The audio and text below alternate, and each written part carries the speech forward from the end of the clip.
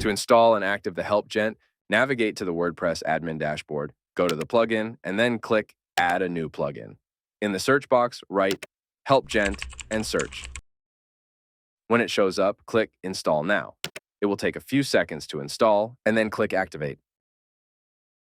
After activating the plugin, you will see a new HelpGent menu added to the WordPress dashboard menu. So your HelpGent free version is ready to use. Now, you need to purchase a plan that fits your preferences to install the Pro version. Then log into wpWax.com, sign up or sign in, and download the file from your account's dashboard. You will receive a zip file, which you don't need to extract. Then, you must go to the WordPress admin dashboard's plugin option and click Add New Plugin. This time, you must upload the download plugin from your drive and install it.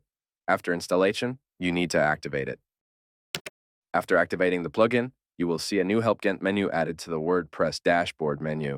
So your HelpGent Pro version is now ready to use. Don't forget to subscribe to our channel for more exciting videos.